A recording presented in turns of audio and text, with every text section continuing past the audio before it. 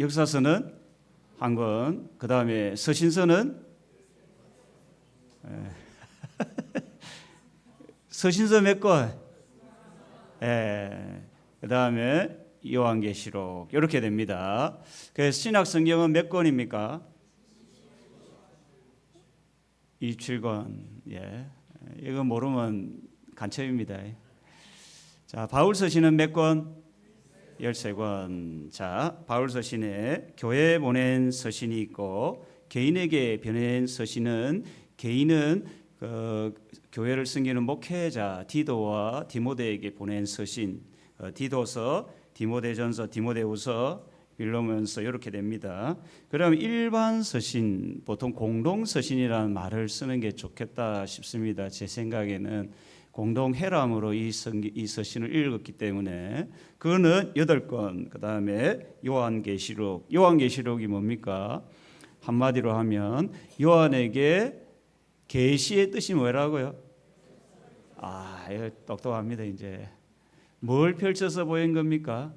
예수 그리스도. 그래서 계시록은 예수 그리스도의 계시라 그렇게 시작이 되는 겁니다. 그래서 계시록을 볼 때 우리는 그 속에서 누구를 발견해야 됩니까? 예수 그리스도. 그래야 되는 겁니다. 이게 이제 이 신약 성경의 전체고, 자, 여기서 우리는 사도행전을 보게 됩니다. 사도행전은 역사는 역사인데 어디의 역사? 교회의 역사. 그래서 교회의 태동, 성장, 확산을 여기에 기록하는 겁니다. 그래서 예루살렘 구분은 예루살렘, 그 다음에 여러분 우리 오늘 70일 새벽 기도의 주제가 뭡니까? 오늘 하혜영 집사님 기도 잘했어요. 뭘 했습니까? 예루살렘과 온 유대와 사마리아와 땅끝까지. 이렇게 이제 1장 8절 말씀대로 사도행전이 이어지는 겁니다. 이렇게 지역적으로. 그래서 예루살렘 중심으로 교회가 형성이 되고 성장하고 이제 확산이 되는. 그래서 1절부터 3절까지 태동, 교회의 태동을 이야기하고 8장 이후는 교회 확산. 이 8장에 스데반의 순교가 있습니다. 7장에 그의 순교함으로 사람들이 막 흩어집니다. 이 디아스포라가 돼요. 그러면서 교회가 더 어떤 면에서 고난 중에 교회는 확산이 되는. 그리고 13장부터 바울의 선교가 시작이 됩니다. 자, 그러니까 1장부터 12장까지의 중심 인물은 누굽니까? 베드로. 이게 왜 이런 게 여러분 아무 중요한 게 아니지만 성경을 딱 이해하는 맥을 딱 잡는 거예요. 사도행전 1장부터 12장까지 중심 인물이 누구라고요? 베드로. 그러니까 유대인들 중심으로 복음이 전해졌다. 이게 딱 머리에 각인이 되고, 그 다음에 13장부터는 바울. 그러니까 바울 하면 이방인 선교예요. 그러니까 13장부터 28장까지는 이방인 선교로 진행이 됨을 우리가 감을 딱 잡을 수 있습니다. 그런 감을 가지고 성경을 읽으면 좀 더 잘 이해가 된다라는 겁니다. 그래서 이렇게 진행이 됩니다. 그러니까 사람을 중심으로 하면 베드로, 바울로, 1장부터 12장까지는 베드로, 13장부터 28장까지는 바울. 사람 인물로 이야기하면 그렇고, 지역으로 이야기하면 앞부분에는 예루살렘, 그 다음에 유대, 사마리아, 그 다음에 땅끝. 물론 땅끝이 로마, 스페인이라고 우리 할 수는 없지만 이제 사도행전 1장 8절에 근거하면 그럴 수 있다. 지금의 땅끝은 어디입니까? 예? 여러분 있는 자리가 땅끝일 수 있어요. 왜요? 내가 딱 한 바퀴 돌면 어디로 옵니까? 제자리에 오는. 그러니까 이런 의미의 땅끝일 수 있습니다. 그 여러분이 있는 자리가 어떤 면에서 성경에 이야기하는 땅끝일 수가 있다. 그러니까 나 있는 자리에서 복음을 전하라는 의미죠. 자, 이런 거고. 자, 그다음에 사도행전과 서신서, 이거를 우리가 지난주에 봤는데, 이 계속해서 내가 한 번 들어가 아는 사람은 천재입니다. 여러분이 천재도 있지만 한 번씩 들어보면 이게 왜 중요하냐? 성경을 이렇게 이제 연대기적으로 보는 게 또 필요합니다. 실제 성경은 연대기적으로 기록이 안 돼 있어요. 예? 연대기적으로 안 돼 있기 때문에. 자, 1차와 2차의 사도행전 15장이 나옵니다. 사도행전 15장이 굉장히 사도행전을 이해하는 핵심장이라고도 할 수 있는데, 15장이 뭐냐면 이방인들이 1차 전도 여행은 14장에 딱 끝나요. 좀 어렵습니까? 안 어렵죠. 자꾸 들어보면 알아요. 14장에 딱 끝나요. 그리고 이 14장에는 대부분 13장에서 14장 사이에 바울의 전도는 대부분 이방인을 전도하는 겁니다. 이방인들이, 유대인들도 전도하지만 이방인들이 들어오니까 뭐가 문제냐니까, 이게 율법이냐 뭡니까 복음이냐, 이게 굉장히 문제가 되는 겁니다. 이방인들은 율법을 잘 알아요 몰라요? 모르는데 자꾸 할례를 행하라고 막 말합니다. 유대 기독교인들. 우리가 그럴 수 있습니다. 오래된 여러분 말고 자꾸 옛날 이야기, 고리타분 이야기, 이랬다 저랬다 하면은 처음 신앙생활하는 사람들은 그게 어떻게 다가와요? 부담을 다가오는 겁니다. 자꾸 율법에 짐을 자꾸 얹으면 안 된다는 겁니다. 그래서 이방인으로 살다가 교회로 기독교인으로 개종한 사람들이 자꾸 이 유대 기독교인들이 할례를 받아야 구원을 받는다라고 이야기하면, 그래서 종교회의가, 예루살렘 회의가, 공회의가 개최가 됩니다. 그게 15장이거든요. 그때 이제 결론을 내리는 게 뭐냐면, 좀 괴롭히지 마라는 겁니다. 율법으로 괴롭히지 마라. 예? 그 이야기로 딱. 그래서 이게 사도행전 15장의 내용이 갈라디아서입니다. 갈라디아서 핵심이 뭐냐면 율법이냐 복음이냐 요겁니다. 요게 더 확산이 되면 로마서죠. 그래서 갈라디아서를 보통 1차 전도 이후에 기록할 가능성이 있다. 이거 확신이 아니고 대부분 그렇게 이야기하는데 아닐 수도 있습니다. 그런데 저도 아마 그래서 여기 갈라디아서를 적은 겁니다. 15장 이후에 갈라디아서 처음 나오죠. 그래 이게 신약 성경 처음 기록된 거라고는 하는데 뭐 성경에 하나님이 이랬다고 없기 때문에 우리는 추측만 할 뿐입니다. 어쨌든 갈라디아서를 제일 처음에 썼고, 그 다음에 데살로니가전서, 데살로니가후서 2차 전도 여행 때 기록을 하고, 그 다음에 3차 때 자 이게 베이스 캠프가 있어요. 선교는 우리가 이제 선교를 할 때 우리 지금으로 베이스 캠프면 우리 교회가 베이스 캠프가 될 수 있습니다. 우리 교회에서 후원도 하고 파송도 할 수 있으면 여기가 베이스 캠프고, 그 당시에 바울의 베이스 캠프는 안디옥이에요. 안디옥. 그러니까 한 바퀴 돌고 어디로 오면 1차가 끝납니까? 안디옥으로. 2차도 한 바퀴 돌고 어디로 오면 안디옥. 이렇게 되는 겁니다. 그래서 2차, 3차. 제가 그냥 쉽게 이야기하는 겁니다. 이 정도로 딱 감을 잡으면 사도행전이 이해하는 데 좀 도움이 되는 겁니다. 3차는 19장부터 21장 고린도전서, 후서, 로마서. 우리가 이 고린도전후서를 새벽기도에 다 봤죠. 그 고린도전서와 후서 사이에 눈물의 편지라는 그것도 한번 들어봤을 겁니다. 그리고 3차가 21장에 끝납니다. 그리고 22장부터 28장까지는 무슨 내용이냐면 바울이 로마로 압송되는, 그래서 중간중간에 재판을 받는 내용이 있어요. 그래서 로마에 갇혀서 이제 옥중 서신이라는 바울의 서신이 기록이 됩니다. 예? 이거 뭐 자꾸 들어보면 이해가 됩니다. 이게 처음부터는 이해 안 될 수도 있어요. 왜 이게 필요하냐면 이걸 알아야 나중에 서신서를 읽을 때 도움이 되는 겁니다. 그러니까 에베소서, 골로새서, 빌립보서 이 네 권 옥중 서신, 따로 옥중 서신. 그러니까 감옥에서 기록한 서신, 로마 감옥에서 기록한 서신. 그 다음에 로마 감옥에서 나와서 기록한 이 디모데전서, 디도서는 목회 서신이라고 합니다. 왜 목회 서신이냐면 목회하는 디도와 디모데에게 보낸 서신이기 때문에 목회 서신 이렇게 이야기합니다. 그 다음에 로마에서 다시 2차 로마 감옥에 갇혔을 때 기록한 성경이 디모데후서. 그러니까 디모데후서가 딱 끝나고 나서 바울이 어떻게 됩니까?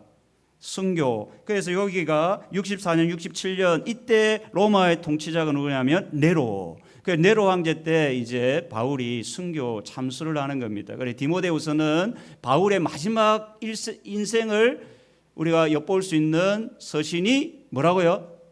후서. 그러니까 이 디모데후서는 마지막 바울이 기록한 서신이다라고 합니다.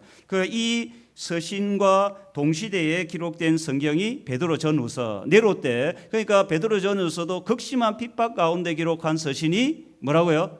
베드로 전후서. 그 다음에 후기 사도, 이게 사도 요한이 제일 어리다고 합니다. 그래서 요한 1서, 요한 2서, 요한 3서 이렇게 뒤에 기록이 돼 있고 요한계시록 도미티안 황제 때 이것도 이제 학자마다 다릅니다. 이게 뭐 그냥 보통은 이제 도미티안 황제 로마에 그래서 95년 100년 사이에 계시록이 기록되어 있다 그렇게 합니다.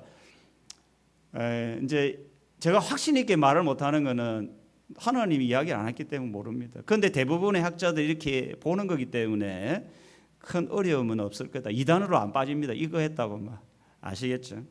자, 이 정도로 하고 자, 사도행전을 잠깐만 보면 개론인데 어떤 책인가? 우리가 이제 사도행전을 이제 쭉 볼 건데 개념을 딱 잡는 게 중요합니다. 공부를 잘하려면 핵심을 딱 알아야 그게 딱 이해가 됩니다. 맞죠?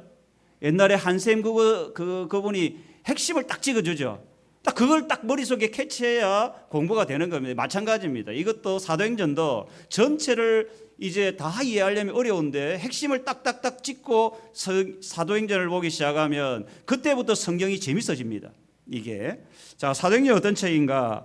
예수님이 자, 성천하신 이후부터 그러니까 사도행전은 예수님이 성천한 이후부터 이제 베드로를 중심으로 교회가 형성되는 과정, 아까 1장부터 12장까지 베드로가 중심으로서 교회가 형성되는 그 내용과 그리고 13장부터 28장까지 바울을 중심으로 교회가 뻗어가는 과정을 기록한 역사서라는 겁니다. 그리고 사도행전은 이거는 제가 이제 한번 표현한 건데 사복음서와 서신서, 사복음서와 서신서를 연결하는 다리 역할을 합니다. 제가 지난 시간에 이야기한 것처럼 사사기와 사무엘 왕을 세워야 되는데 이 왕의 문제를 사사기에서는 다 다루지를 않습니다. 그래서 사사기와 사무엘 상을 연결하는 다리 역할을 똑똑하네.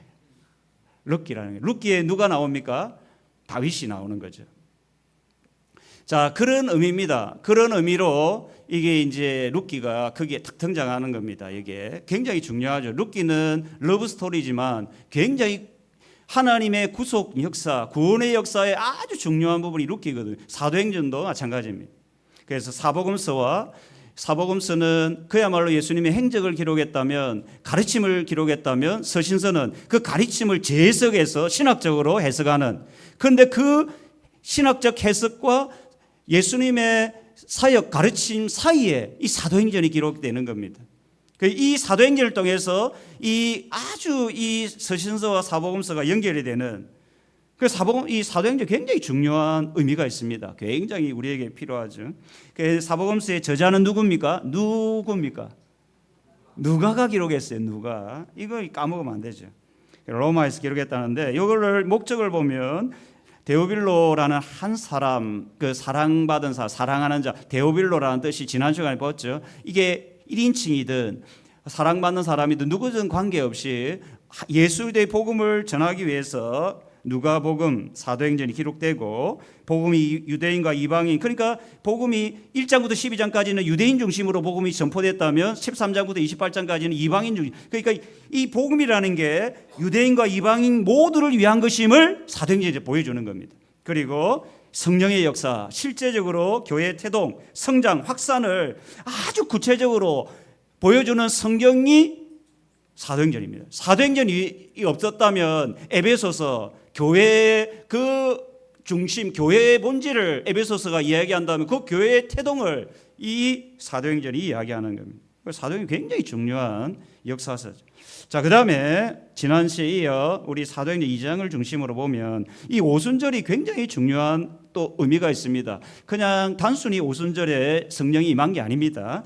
자, 유대인의 3대 절기는 유월절, 따라해보세요. 유월절, 오순절, 장막절. 자, 이런 세 개가 있습니다. 오순절을 77절이라고도 이야기합니다. 7 곱하기 7은 뭡니까? 49죠. 거기서 1 다음에 오순절이 되는 거예요.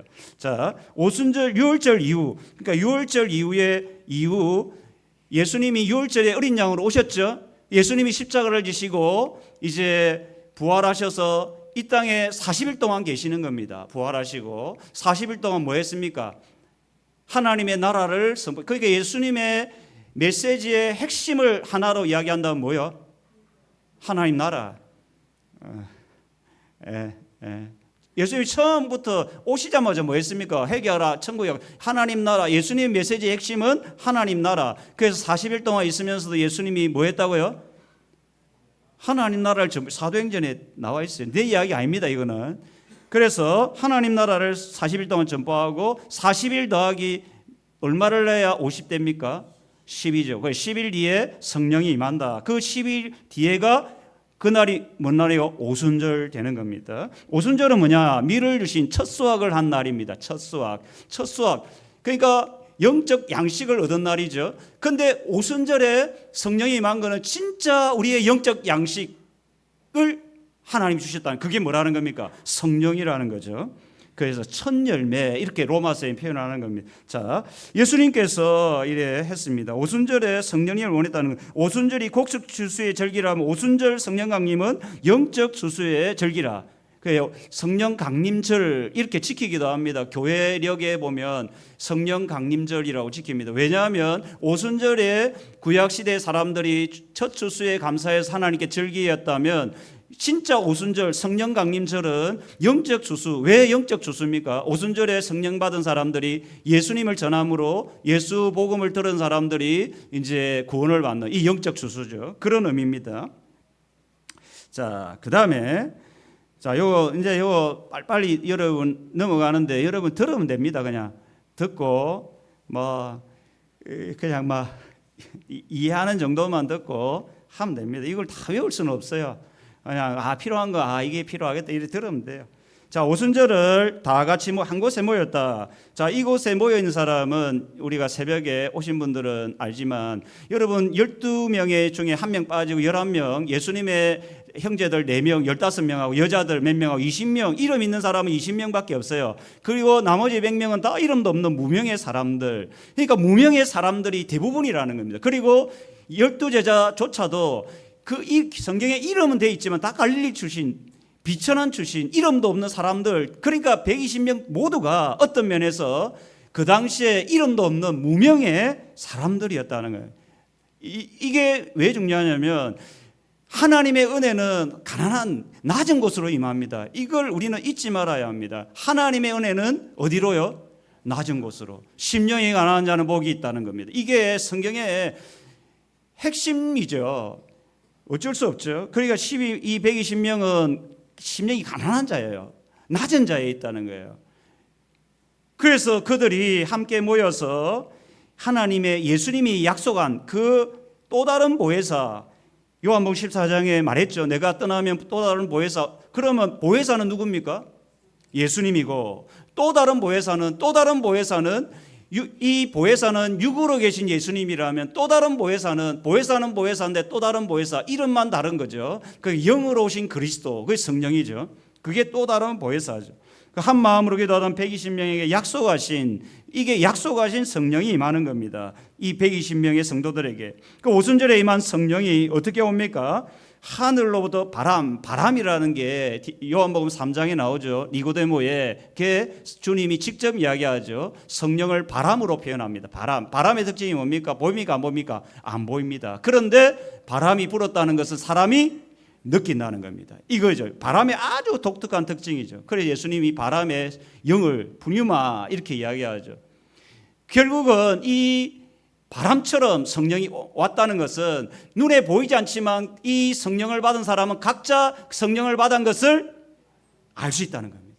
그래서 여러분 스스로가 내 안에 성령이 계심을 자기 받은 사람은, 그러니까 이 사람이 구원받았는지 안 받는지 모를 수가 없다는 겁니다. 왜요? 내 안에 성령이 있으니까. 모를 수가 없다는 거죠. 그런데 누구는 몰랐어요? 니고데모는 몰랐다는 거예요. 이게 안타까운 거죠. 자, 그래서 성령이 임했습니다. 그 다음에 불의 혀는 언어입니다. 혀는 언어. mother-tongue이죠. 모국어. 그러니까 혀와 말은 동의어입니다. 혀로 성령이 말하게 하심을 따라 말했다는 겁니다. 자, 이거 넘어가고. 자, 성령 세례와 성령 충만. 이거는 이제 교단마다 조금 다릅니다. 이게 이제 오순절에는 성령 세례를 계속 2차, 3차 받아야 된다고 생각합니다. 오순절 교단 있죠.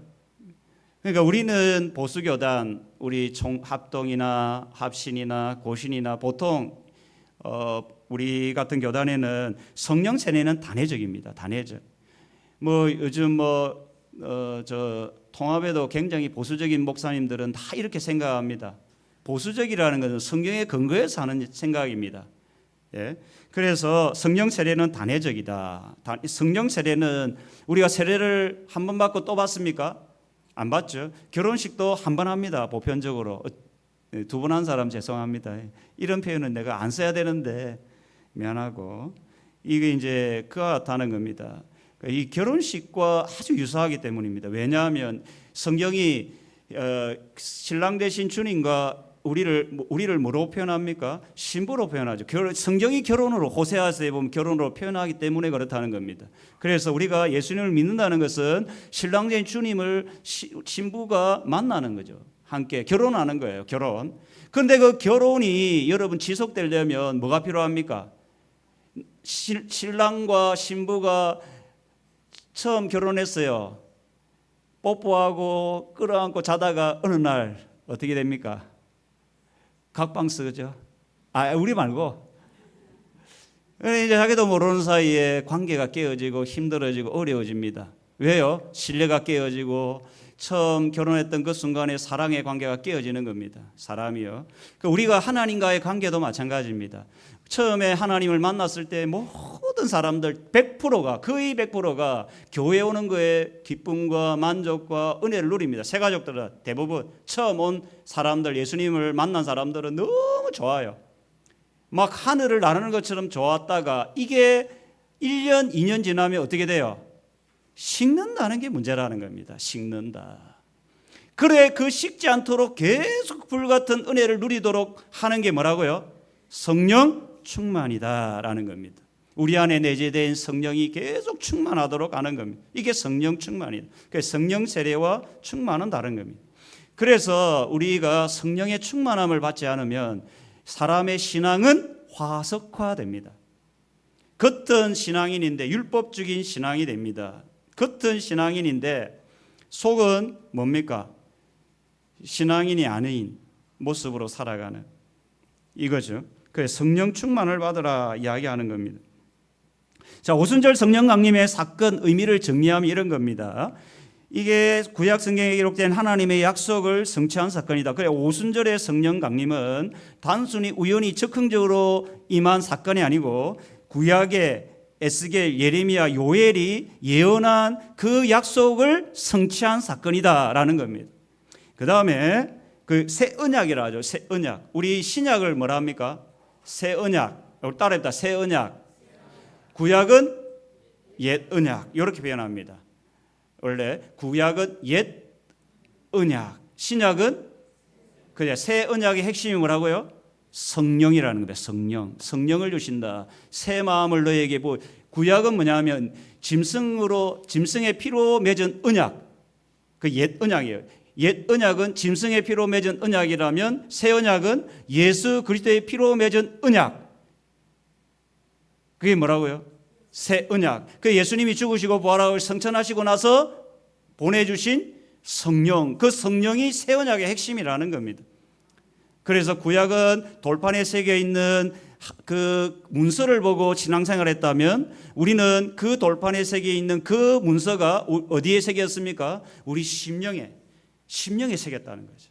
그 구약 시대의 신앙생활과 우리 신약 시대의 신앙생활은 완전히 다른 거죠. 그래, 구약을 예를 든다면 구약은 스케치를 한 거고 신약은 스케치에 색칠을 입힌 확실한, 구약 성도들은 희미하게 봤다면 신약 성도들은 확실하게 보는 겁니다.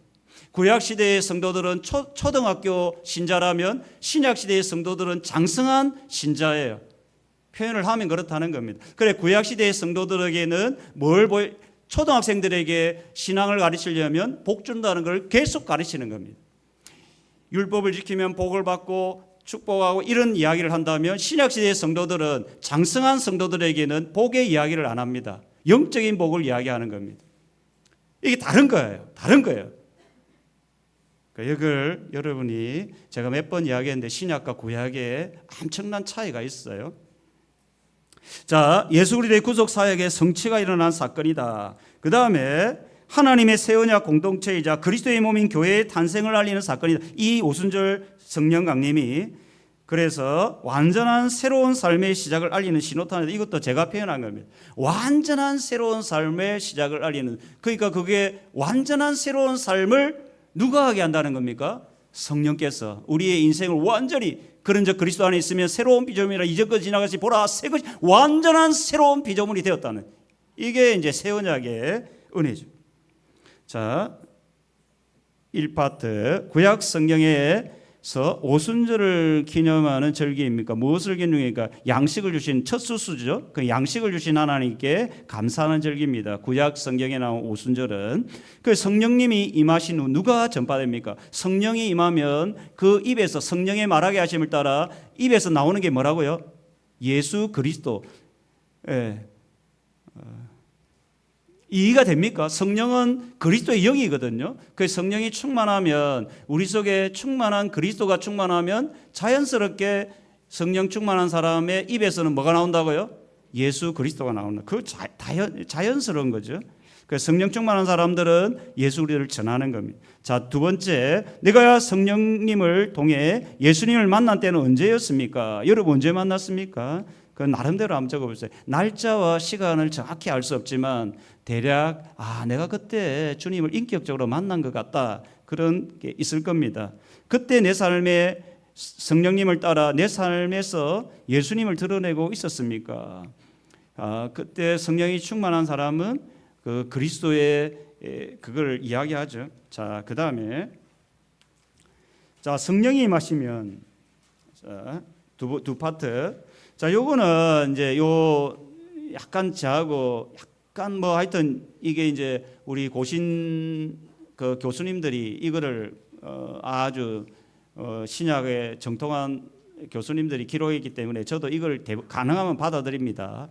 혹시나 여러분이 여기 책에 보면 우리가 출애굽와서 시내산까지가 50일로 이렇게 이야기를 합니다. 이 책에 약간 차이가 있어요. 이것도 약간씩 차이가 있어요. 어쨌든 우리가 이제 6월절 출애굽할 때 어떤 일이 있습니까? 어린 양 그 잡아가지고 문설주 잡, 이 6월절이거든. 6월절. 그 6월절 이후에 시내산까지가 며칠 걸렸다고요?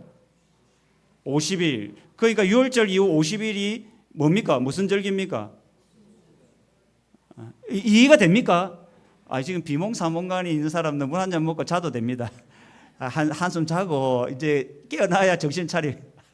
그래 하시고. 그래서 6월절로부터 50절이 지난 그날이 오순절이라는 겁니다. 그래서 오순절에 시내산에서 양식을, 자, 시내산에 도착해서 1년을 머무는데, 이 구약에 우리의 구약 성경 우리 구약 성경 할 때 이거를 다 했어요. 성막을 하고 레위기를 받아요. 여러분, 레위기가 율법이에요. 율법. 시내산에서 1년간 주님이 하나님이 이제 신앙 교육을 합니다. 어디서요? 시내산에서. 그 성막을 짓게 되고 레위기 율법을 줘요. 왜 율법을 줍니까? 율법이라는 게 뭐냐면 출애굽하고 나서 이 사람들이 바로 하나님의 백성이 되는 게 아닙니다. 우리가 예수님 믿었다고 바로 하나님 백성이 되는 게 아니고, 이게 물론 하나님 백성이 되는데 하나님 백성다운 삶을 살아가도록 하는 지침서, 그게 율법입니다. 율법. 그래서 1년 동안 430년 동안 종살이 했던 이 죄의 습성을 다 빼고 교육을 받고, 그리고 이제 그들이 시험을 치죠. 그 시험 현장이 어디입니까? 광야죠. 그리고 최종 기말고사는 어디 칩니까? 가데스 바네아에서 치죠. 이거 제가 구약 성경 할 때 몇 번 이야기했습니다. 내년에 또 할 겁니다. 어쨌든 이제 하나님 백성답게 살게 한 도구입니다. 그리고 이 율법은 신약에 보면 이 율법에 대해서 갈라디아서 바울이 분명히 로마서에는 죄를 깨닫게 하는 도구로 설명하고, 율법을, 또 율법은 초등교사입니다. 초등교사. 교사가 뭡니까? 가르치는 거죠. 가르치는데 어디로 인도하는 겁니까? 교사가? 그리스도께로 인도하는 초등교사가 뭐라는 겁니까? 율법이에요. 그러니까 율법을 보면 율법을 통해서 우리는 누구를 발견해냅니까? 구약 시대에 다양한 율법이 있죠. 제사가 있죠. 제사장이 있죠. 또 성전이 있죠. 이런 율법의 요소들을 통해서 뭘 바라봐야 돼요? 예수 그리스도, 그 이야기죠. 그래서 바울이 갈라디아서 3장 24절에 율법은 그리스도께 인도하는 초등교사다. 예전에는 몽학 선생이라 표현하죠. 그런데 이 율법으로 하나님의 백성은 되었는데 겉모양은 갖춰졌는데 제사를 드리는데 율법적인 종교 행위는 하는데 뭐가 안 바뀝니까? 속사람이 안 바뀌는 겁니다. 이게 구약 성경입니다. 율법은 배웠고 종교적인 행위를 하고 예배도 드리고 나름대로 이 어떤 하나님 앞에 행하는 종교적인 행위를 하는데 그 모습은 하나님 백성이 되었는데 속사람은 안 바뀌는, 이게 구약 성경입니다. 자, 그래서 인간의 한계를 우리가 구약 성경에서 볼 수 있다면 이제 사람이 할 수 없는 그것을 누가 하게 하는 겁니까? 하나님이 영으로 우리 안에 오셔서 사람이 할 수 없는 그것을 하나님이 하게 하는 겁니다. 주님이 말하죠. 이런 이야기합니다. 부자가 천국에 들어가는 게 낙타가 바늘기에 들어가는 게 어렵다. 이게 뭔 말이? 이걸 사람이 구원을 받을 수가 없다. 근데 하나님 뭐 합니까? 사람은 할 수 없어도 하나님이 한다는 거예요. 그러니까 사람은 구원에 이를 수가 없다는 겁니다. 그래서 그 할 수 없는 그것을 하나님이 내 안에 들어와서 구원의 길을 가게 하시고 구원의 은혜를 누리며 살도록 누가요? 그래서 성령을 받은 사람의 최종으로 그 입에서 고백하는 게 뭡니까? 나의 나 된 것은 하나님의 은혜라. 그걸 경험하는 거죠. 왜? 내 힘으로 안 됐기 때문에. 내 힘으로 안 되는 거죠. 그래서 율법은 누구든 온전히 익힐 수 없고 성령이 뭐라고요? 그리스도의 영이죠. 그 성령이 내 안에 들어와서 율법의 요구, 사랑과 공의와 하나님의 뜻을 이루어가게 하는 겁니다. 그래서 성령이 우리 안에 들어오면 내 육신의 욕망은 할 수 없는데 성령께서 나를 자꾸 이끌어가는 겁니다. 하나님을 사랑하고 공의를 행하게 하고 하나님의 뜻을. 그래서 구약 성경은 제가 이렇게 정리했습니다. 구약 성경은 파란색으로 정리했어요. 사람이 하나님의 말씀을 온전히 순종할 수 없음을 보여줬다면 구약 성경은, 사람이 하나님의 뜻을, 하나님의 말씀을 온전히 순종할 수 없음을 구약 성경이 보여줬다면 신약 성경은 성령으로 하나님의 말씀을 순종할 수 있게 해주었음을 보여주는 겁니다. 그냥 제가 신약과 구약을 비교하면 그렇다는 겁니다. 구약은 인간의 실패를 보여줬다면 신약은 하나님이 승리하게 하심을 보여주는 겁니다. 그래서 근데 구약 시대에도 정말 이 사람이 할 수 없는 것을 하나님의 뜻을 이룬 사람이 있죠. 다윗이나 물론 다윗도 실패했지만 순간순간마다 다윗은 뭘 경험하냐면 하나님의 영으로 오신 그 성신을 경험하는 겁니다. 그래서 시편 51편은 주의 성신을 내게서 떠나지. 그러니까 이 성신을 경험한 사람들이 하나님의 뜻을 이루어가는 겁니다. 이게 성령이. 그러니까 구약 시대에는 성령이 간헐적으로 사람들 가운데 임했다면 신약 시대에는 오순절에 강력한 각 사람 위에 성령이 임했다는 거죠. 새 언약의 약속으로. 자, 성령을 받은 사람들의 삶이 어떻는가? 자, 보면 아주 우리가 이게 건강한 교회의 네 가지 특징이죠. 뭐입니까? 제가 요 2장 42절에 보면 사도들의 뭘 받았어요? 가르침. 자, 이 사도들이 누굽니까? 베드로와 사도들이죠. 이들이 지금 이 가르침을 받은 대상이 누굽니까? 조롱했던 사람들이에요. 사도들을 조롱했던 사람들이 갈릴리 출신이 아니냐 하면서 조롱했던 사람들이 성령을 받으니까 그들이 그 사도들 앞에 갈릴리 출신이라고 무식한 사람이라고 조롱했던 그 사람들 앞에 무릎 꿇고 가르침을 받는 겁니다. 왜요? 베드로를 통해서 하나님의 음성을 듣는 거죠. 이 하나님이 하신 일입니다. 그걸 가르침을 받는다는 것은 뭐냐? 가르침을 받는 건 뭐냐? 스펀지처럼 그 말씀을 받아 뭐 하는 겁니까? 순종하는 거죠. 이게 사람이 할 수 있는 일이 아닌 겁니다. 그리고 서로 교제한다는 것은 이제 하나님께 받은 은혜로 서로 사귐의 시간을 깊이 가지고 떡을 뗀다는 것은 이 당시에는 성찬입니다. 애찬이죠, 애찬. 그래서 이제 식사를 우리는 주일날 이래 식사를 하는 거죠. 그러니까 건강한 교회, 이 초대교회 당시에 건강한 교회가 아니면 교육, 가르침이 필요하고 교제가 필요하고 친교죠. 막 우리가 이게 균형을 잘 잡아야 이 네 개가. 기도만 중요하다고 막 주구장창 기도만 하면은 건강한 교회가 물론 될 수도 있겠지만 균형을 잡아야 됩니다. 기도와 말씀. 그러니까 앞에는 가르침과 기도가 어떤 면에서 이게 샌드위치처럼 딱 참 이렇게 돼 있고 그 중간에는 뭡니까? 말씀으로 우리가 교육을 받고 그 밑에는 기도로 받침을 해서 중간에 교제와 이런 어떤 뭡니까? 식사를 하는 이런 구조, 이런 어떤 균형 잡힌 시간들이 필요하다는 겁니다. 자, 그래서 이게 이제 우리가 이제 어떤 교회가 건강한 교회가 되려면 제가 새벽에 이야기했지만 이 대그룹 예배 속에서 대그룹의 모임이 필요합니다. 대그룹 예배가 필요하다. 이게 이제 제가 성경을 이해하는 관점으로 볼 때 건강한 교회는 전체가 모여서 영적 충전을 받아야 돼요. 여러분이 말씀과 기도 뭐 하여튼 여러 가지 통로를 통해서 전체가 모여서 영적 충전을 받고 그 다음에 소그룹으로 모여서 그 충전받은 하나님의 은혜를 그룹 속에서 나눌 때 교회는 건강하게 됩니다. 이걸 흔히 두 날개로 표현합니다. 독수리가 나를 때 한 날개로 하면 뭐합니까? 예? 못 나르죠. 그렇죠. 그겁니다. 건강한 교회가 되려면 두 날개가 있어야 되는데 대그룹 전체 예배 속에서 우리 각 사람들이 하나님의 성령의 이 충전을 받아야 됩니다.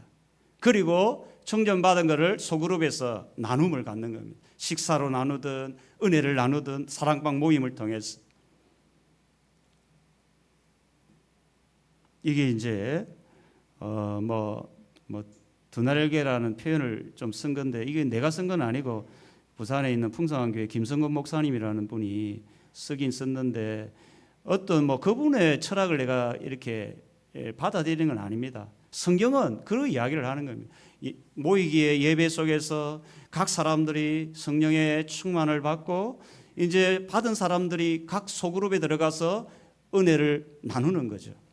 이래야 교회가 건강해지는 겁니다. 이게 이제 가르침을 받고 기도하고 중간에 소그룹 교제와 떡을 떼는 자 이런 겁니다. 자 성령의 사역을 보면 성령님은 하나님을 사랑하게 하시는 영입니다. 그러니까 그 사람이 하나님을 사랑하고 있다. 그러면 그 속에 성령님이 역사하고 있다는 우리가 알 수 있다는 겁니다. 그래서 날마다 성전에 모여서 기도하고 힘쓰고 찬양 예배 이게 이제 우리처럼 교회에 모여서 이게 이제 대그룹 모임이죠. 대그룹 모임 속에서 하나님을 찬양하고 함께 모여서 기도하고 이런 삶 가운데 영적인 충전을 받고 그 다음에 이제 어떤 소그룹 속에 들어가서 이웃에게 가서 성령님은 이웃을 사랑하게 하는 영이거든요. 그래서 율법의 핵심이 뭡니까? 하나님을 사랑하고 이웃을 사랑하는. 그러니까 하나님의 영이 들어오면 누가 가르쳐 주지 않아도 자연스럽게 하나님을 사랑하고 이웃을 사랑하는 율법의 핵심을 실천하는 가르침이 아니죠. 된다는 겁니다. 자, 이 파트를 보면 추수감사 외에 오순절에 유대인들이 감사한 내용이 뭡니까? 율법을 주신 하나님께 감사했죠. 이게 왜 아까 오순절 이야기했죠. 그러니까 출애굽한 백성들이 6월절에 출애굽해서 그 시내산에 도착했을 때가 며칠요?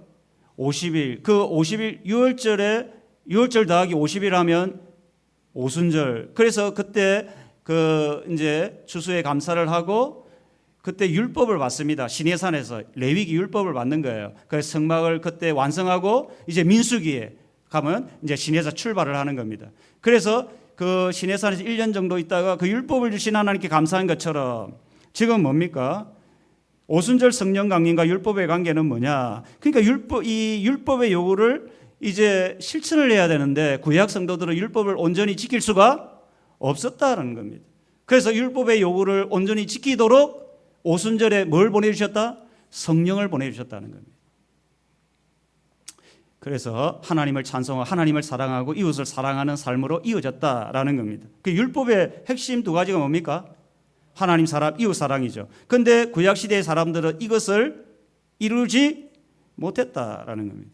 그런데 오순절에 성령이 오심으로 이 일을 했다. 그게 사도행전 역사죠. 자, 이 파트 2-2 성령의 도우심을 받아 즐겁게 말씀 순종한 적이 있으면 여러분 이게 말씀의 순종은 자기 힘으로 된다 안 된다?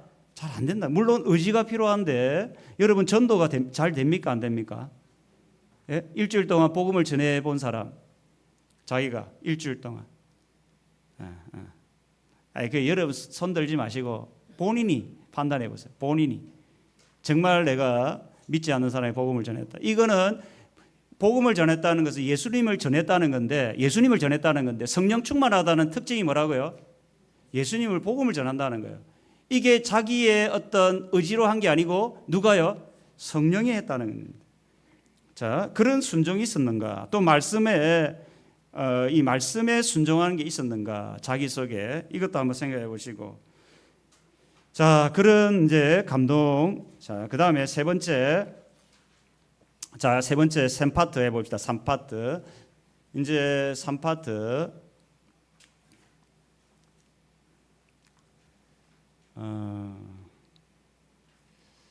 앞으로.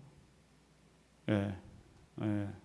자, 바벨탑 사건과 이거 사도행전 2장은 굉장한 밀접한 관계가 있습니다.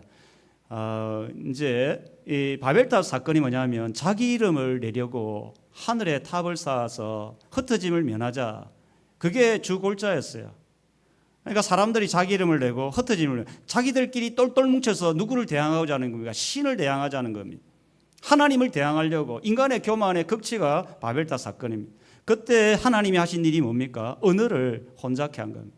지금까지는 언어가 하나였는데, 그런데 이제 여기에 미국 사람이나 막 아프리카 사람들 모여 있어요. 그럼 어떻게 되겠어요? 소그룹 모임 되겠어요? 안 됩니다. 막 엉망이 될 거예요. 밥 어떻게 먹나 막 온갖 이야기를 할 거예요. 저도 예전에 선교 훈련을 받을 때 호주 선교사님이 가르쳤어요. 이 이제 네이티브 선교사였어요. 선교사 가려고 모든 걸 뭐로 하겠어요? 영어로 해. 저 영어 잘 못합니다. 그런데도 한 뭐 죽자사자 해보니까 되더라고 또. 예? 예배도 영어로, 밥도 영어로. 영어 안 하면은 이제 밥도 못 먹어요. 그런데 그 기간 중에 얼마나 힘들었겠어요. 소통이 안 되니까. 그렇겠죠. 마찬가지입니다. 지금 하나님이 완전히 언어를 다 바꿔버리니 가르치는 사람도 없고 하니까 혼잡해지는, 흩어지. 이 죄죠. 죄의 결과는 단절입니다. 사람과 사람 사이의 단절, 하나님과 우리 사이의 단절. 죄는 단절, 소통이 안 됩니다. 그리고 우리 교회 안에서도 원활한 소통이 돼야 돼요. 여러분 여러분 사랑방 모임 때 원활한 소통을 좀 많이 하세요. 예? 많이 해야지 돼요. 일방적인 어떤 주입식 교육, 그거는 사랑방 모임이 아닙니다. 나눔, 소통. 자, 그래서 그 소통이 완전하게 이루어진 때가 언제냐? 오순절 성령 강림입니다. 그래서 성령 충만 받은 제자들을 각 나라 이 15개 국가가 왔는데, 이 각자 자기의 모국으로, 이 디아스포라 유대인입니다. 왜냐하면 이 바벨론 유대인이, 이 유대 민족이 586년에 멸망을 하고 바벨론 포로로 잡혀가서 거기서 태어난 2, 3세대 사람들이 많이 있었어요. 흩어져 있었어요. 온 나라에. 그 사람들이 오순절날 이 오순절을 지키기 위해서 15개 국가에서 온 겁니다. 아시아, 유럽이 막 온 거예요. 그 사람들이 자기의 모국으로 이야기를 하고 있었으니까. 그런데 오순절에 이 성령 받은 유대인들이 자기들이 어릴 때부터 쓰던 모국으로 말을 하는 겁니다. 그래 깜짝 놀라죠. 자, 그러니까 언어가 불통이던 사람들이 성령이 임함으로 언어가 어떻게 됐어요? 소통이 되는, 관계가 회복이 되는 의미죠. 자, 성령 충만을 받은 제자들이 하나님의 큰 일을 말했다. 이 하나님의 큰 일이 뭡니까? 하나님이 행하신 구원의 일이죠. 그 이야기를 그리스도를 통한 구원의 일을 이야기했습니다. 그래서 예수로 인해 관계가 회복되고 이제 소통과 관계가 회복되는 거죠. 자, 성령을 받은 제자들에게 나타난 일, 그게 이제 성령이 말하게 하심을 따라 다른 언어들로 말했다. 15개의 언어들로 끝없이 이야기하죠. 그런데 제자들의 모습을 본 사람들의 반응이 두 개로 나옵니다. 이제 어리둥절하죠. 이제 사도행전의 표현을 빌리자면, 막 제가 여기 와서 막 영어로 아프리카어로 막 표현을 하면 여러분이 이상하게 보겠죠. 막 그런 겁니다, 이게. 그리고 세술에 취하였다. 이게 이제 참 이게 모여 있는 사람들이 경건한 유대인이라고 합니다. 그러니까 뭐냐면 겉으로는 경건해 보이는데 실상 그 속은 뭐라는 겁니까? 하나님의 백성이 아닌 거죠. 그러니까 다르게 표현하면 성령의 역사를 전혀 경험하지 못한, 성령이 역사하는 것을 본 적도 없는, 그러니까 이제 조롱하고 세술에 취하 있다죠. 그러니까 이 사람 갈릴리 사람이라 이 무식의 대명사였거든요. 갈릴리 사람. 그러니까 이 사람들의 교만이 얼마나 큰지. 그러니까 자기의 편견이 뭡니까? 예? 우리가 개 중에 가장 위험한 개가 뭡니까? 편견이잖아요. 잘 모르겠습니까? 이 참 편견이 신앙을 완전히 망가뜨립니다. 자기만의 고정관념, 편견. 근데 자기들은 모르는 거죠. 이게 안타까운 겁니다. 참 이게 안타까운 거예요. 자, 오늘 베드로의 설교를 요약을 해봅시다. 베드로의 설교는 사도행전 2장 15절부터 36절까지 이게 이제 베드로의 설교가 나오는데 이 설교를 그냥 한번 정리해 보는 겁니다. 이게 목사님의 설교와 베드로의 설교가 좀 저도 이렇게 닮아가야 되는데 이게 잘 안 됩니다. 베드로의 설교는 방법이 뭐냐? 자기의 언어가 아니고 성령의 말하게 하심을 따라 설교하는 겁니다. 그러니까 자기의 입에 하나님이 주님의 입술을 딱 달아가지고 말하는 겁니다. 이게 놀랍죠? 그래서 베드로의 설교를 듣는 대상이 누굽니까? 오순절을 지키기 위해 타국에서 온 경건한 유대인들, 그리고 본토 유대인들은 예루살렘에서 오순절을 지키기 위해 온 사람들, 그 지역 사람들, 그 사람들은 이제 제자들을 향해 세술에 취하였다고 조롱하던 유대인들, 그러니까 설교를 들을 마음이 없는 사람들이라는 겁니다. 편견과 교만으로 길을 닫고 있는 사람들, 참 안타까운 사람들. 그런데 베드로가 그들을 향해서 사랑의 마음으로 자기 동족, 이게 이제 나중에 바울이 로마서 9장의 마음과 똑같아요. 그 예수님이 요한복음 13장에 자기 앞에 있는 가룟 유다, 곧 자기를 팔 가룟 유다를 끝까지 사랑하시고 그가 회개하도록 돕는 예수님의 마음이 베드로의 마음이요, 베드로의 마음이 사도 바울의 마음.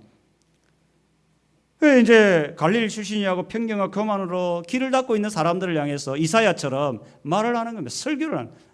그 일반 사람이라면 할 수 있겠어요? 못하겠습니까? 쉽지 않습니다. 그런데 그 베드로의 입술이 누구의 입술이라고요? 성령의 말하게 하심을 따라 탁 말하는 겁니다. 그리고 설교의 주어는 누굽니까? 하나님입니다. 설교의 목사의 자랑, 사람의 자랑, 사람의 소리는 딱 닫아야 됩니다. 설교의 주어는 사람이 아닙니다. 하나님이 행하신 일을 하는 게 설교의 주어입니다. 주어. 예. 그런데 설교의 내용은 여기에 사도행전 2장 15절 36절 재밌는 예화가 있습니까? 없습니까? 여러분 한번 읽어보세요. 유머 있어요? 없어요? 없어요. 참 이게 강력한 성령이 이 베드로의 입술을 잡아서 말씀한 겁니다. 저도 참 딜레마입니다. 참 하나님 말씀만을 온전히 전하고 싶은데 참 이게 쉽지 않다는 거죠. 그래서 설교의 내용은 사도행전 2장에 보면 하나님께서 너희가 죽인 예수를, 이게 정확히 표현을 이렇게 했어요. 그 너희는 누굽니까? 설교를 듣고 있는 사람들입니다. 설교를 듣고 있는 여러분 중에 여러분의 죄를 내가 강단에서 지적한다 하면은 최 집사님 미안합니다 물어봐서 항상 반응이 좋아서 내가 항상 좋아합니다. 이 반응이 좋은 사람이 너무 좋아요. 어떻게 하겠습니까? 잘 못 들어요. 만약에 우리가 이제 이게 지금 베드로가 앉아 있는 유대인들을 향해서 네가 예수를 죽였다라고 그 치부를 막 긁어내고 지적하는 거예요. 여러분 그럼 얼마나 이게 듣는 사람 입장에서 기분 나쁘겠어요, 맞죠? 그 집에 가서 어떻게 하겠습니까? 목사님 나를 쳤다. 그래 할 수 있겠죠. 그런데 이게 왜 이런 걸 하냐면 베드로의 생각에서 나온 게 아니고 중요한 제가 말씀드리고 싶은 거는 이 베드로가 그 사람을 사랑하네요. 사랑. 사랑하는데 우리가 암덩어리가 몸에 있어요. 암덩어리가 몸에 있는데 의사가 아이고 괜찮다 하면 됩니까? 안 됩니까? 안 되죠. 안 되니까 암덩어리가 있습니다. 잘라내야 됩니다. 죄송합니다. 그래야 되겠죠. 그래야 되는 겁니다. 그래서 성령께서 그 사람들에게 필요한 말씀을 전했다라는 이 이야기를 하고 싶은 겁니다. 그래서 설교의 반응이 어떠합니까? 내용을 듣고 마음에 찔려, 이 찔려라는 표현은 충격을 강력하게 받았다는 겁니다. 어떤 충격이냐면 여러분 말에 그거 있죠. 뭐 발굽 있죠. 발굽으로 땅을 탁 치면 어떻게 돼요? 땅이 움푹 패이죠. 그 정도로 강력한 말씀의 충격을 받았다는 거예요. 그래서 우리가 어찌할꼬? 그래서 베드로가 회개하고 세례받으라. 그러니까 그들이 이 베드로의 말을 듣고 어떻게 합니까? 회개하고 세례받고 3,000명이 제자가 되고 변화되고 그때부터 조롱하던 사도, 자기가 조롱했던 그 사도에게 뭘 받아요? 가르침을 받는 겁니다. 이게 성령의 역사입니다. 아, 저분이 하나님이 세우신 분이구나. 그 권위 앞에 이제 무릎 꿇고 가르침을 받고, 이게 이제 교만했던 마음이 성령 하나님이 하신 거죠. 교만을 깎아버리고 이게 이제 겸손의 마음. 이게 심령이 가난한 자, 그죠? 심령이 가난한 자가 복이 있다는 게 이런 겁니다. 참 그래서 가르침과 교제와 뜻과 나눔과 기도를 했다라는 겁니다. 자 이거고 3파트 1번 창세기 11장에 나오는 바벨탑 사건은 왜 일어났으며 그 결과는 무엇인가? 왜 일어났습니까? 자기 이름을 드러내기 위해 탑을 쌓았다는 겁니다. 그러니까 인간의 교만을 드러내는 거죠. 바벨탑 사건은. 그로 인해 그 결과는 언어의 불통, 관계의 단절 이어졌습니다. 그러니까 이제 죄의 결과 관계가 단절이 됩니다. 여러분, 저도 마찬가지 아니겠습니까? 제 안에 죄가 가득하고 교만하고 이러면 성도님들과의 관계가 깨어집니다. 예? 자기가 자꾸 누군가와 관계가 깨어지면 물론 자기의 잘못이 아닐 수 있습니다. 그런데 여러분 한번 보십시다. 예를 한번 들어볼게요. 겸손한 사람들이 다 있는 곳하고 교만한 사람들이 다 있는 집단이 두 집단이 있어요. 여러분 딱 생각을 해보세요. 어디가 하나가 될까요? 겸손. 최 집사님 맞아요. 오늘 이제는 잘 들었네. 네, 맞아요. 여러분 다 아는 거잖아요. 교만한 사람의 특징이 뭡니까? 자기 색깔을 내는 겁니다. 그러니까 각자 자기 색깔을 내니까 어떻게 됩니까? 하나가 될 수가 없습니다. 교회가 하나가 되지 않는 이유 중에 하나가 인간의 죄, 교만 때문입니다. 그래서 그리스도의 겸손을 우리가 갖게 되면 교회는 자연스럽게 하나가 되는 겁니다. 겸손은 물과 같습니다. 물이 흐르면 어떻습니까? 그 모양대로 물이 맞춰가는 겁니다. 컵의 모양이 어떻든 그 컵에 물이 들어가면 큰 모양대로 물이 딱 맞춰집니다. 큰 그릇이면 큰 그릇대로, 작은 그릇이면 작은 그릇대로 이렇게 하나 되게 하시는 거죠. 성령은 그런 겁니다. 그 다음에 오순절 성령 강림 사건은 바벨탑 사건과 어떤 관계가 있습니까? 그러니까 오순절 강림 이후에 소통과 관계가 회복이 되는 거죠. 소통과 관계가 회복이 되는 거죠. 그 다음에 우리 교회 공동체는 성령님을 따라 더욱 잘 소통하기 위해 어떤 노력을 기울여야 하겠습니까? 저는 가능하면 제부터 좀 겸손하고 겸손이 참 교회는 필요합니다. 목사도 목사의 색깔을 제가 교회 와서 여러분 알다시피 여러분 하고 있는 그 한 번도 내 마음대로 바꾼 적이 없습니다. 맞죠?